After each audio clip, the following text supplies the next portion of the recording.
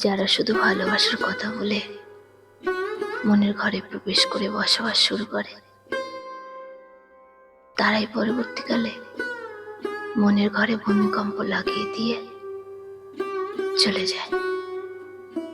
স্বপ্ন সাজাতে শেখানো মানুষগুলো স্বপ্ন ভাঙার কারণ হয়ে যায়।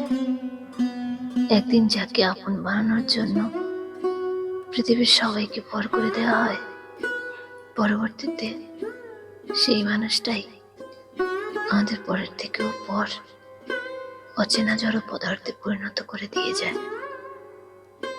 যার কষ্ট সহ্য করতে পারবো না বলে পৃথিবীর সমস্ত কষ্টকে তুচ্ছ করে তাকেই আমাদের জীবনের অবলম্বন বানিয়ে ফেলি।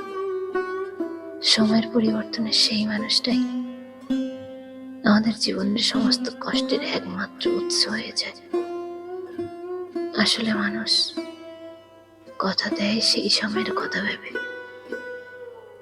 সময়ের সাথে সাথে সমস্ত প্রতিশ্রুতিও নিজেদের গতিপথ ভুলে যায়।